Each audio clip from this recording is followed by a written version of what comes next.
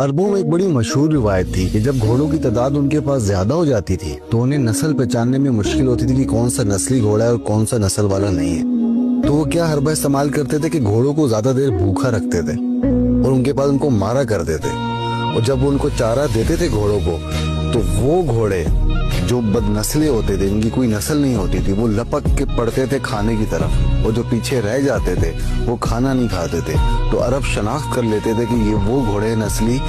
जो ये बात सोच रहे हैं कि कुछ देर पहले हमें मारा जा रहा था और अब हमें चारा ही देने वाला यही शख्स है, तो वो खाना नहीं खाते थे क्योंकि उन घोड़ों के लिए इज्जत नफ्स से ज्यादा कुछ भी ना था, भूख भी ना थी। आज इंसानी माशरे भी इसी आजमाइश से गुजर रहे हैं, बस फर्क इतना है कि बदनस्लें बढ़ गए हैं और नस्ली कम हो गए।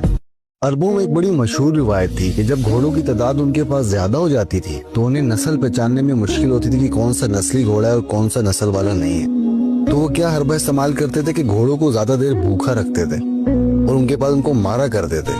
और जब वो उनको चारा देते थे घोड़ों को तो वो घोड़े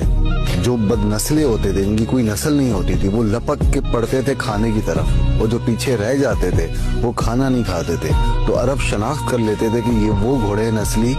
जो ये बात सोच रहे हैं कि कुछ देर पहले हमें मारा जा रहा था और अब हमें चारा ही देने वाला यही शख्स है, तो वो खाना नहीं खाते थे क्योंकि उन घोड़ों के लिए इज्जत नफ्स से ज्यादा कुछ भी ना था, भूख भी ना थी। आज इंसानी माशरे भी इसी आजमाइश से गुजर रहे हैं, बस फर्क इतना है कि बदनस्लें बढ़ गए हैं और नस्ली कम हो गए। अरबों में एक बड़ी मशहूर रिवायत थी कि जब घोड़ों की तादाद उनके पास ज्यादा हो जाती थी तो उन्हें नस्ल पहचानने में